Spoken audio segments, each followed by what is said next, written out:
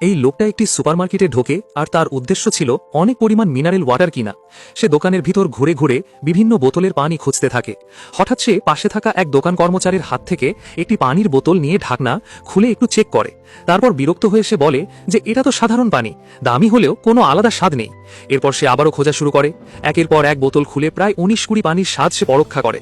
অবশেষে সে এমন একটি পানির স্বাদ পায় যেটা সত্যিকারের পাহাড়ি ঝর্ণার পানির মতো।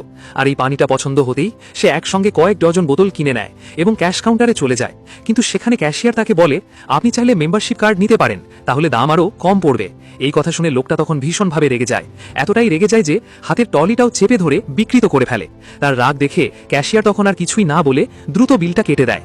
সে যখন পার্কিংয়ের দিকে যাচ্ছিল তখনই দুজন ট্রাফিক পুলিশ তাকে থামায়। তারা তখন জিজ্ঞাসা করে যে আপনি এতগুলো মিনারেল ওয়াটার কিনেছেন কেন?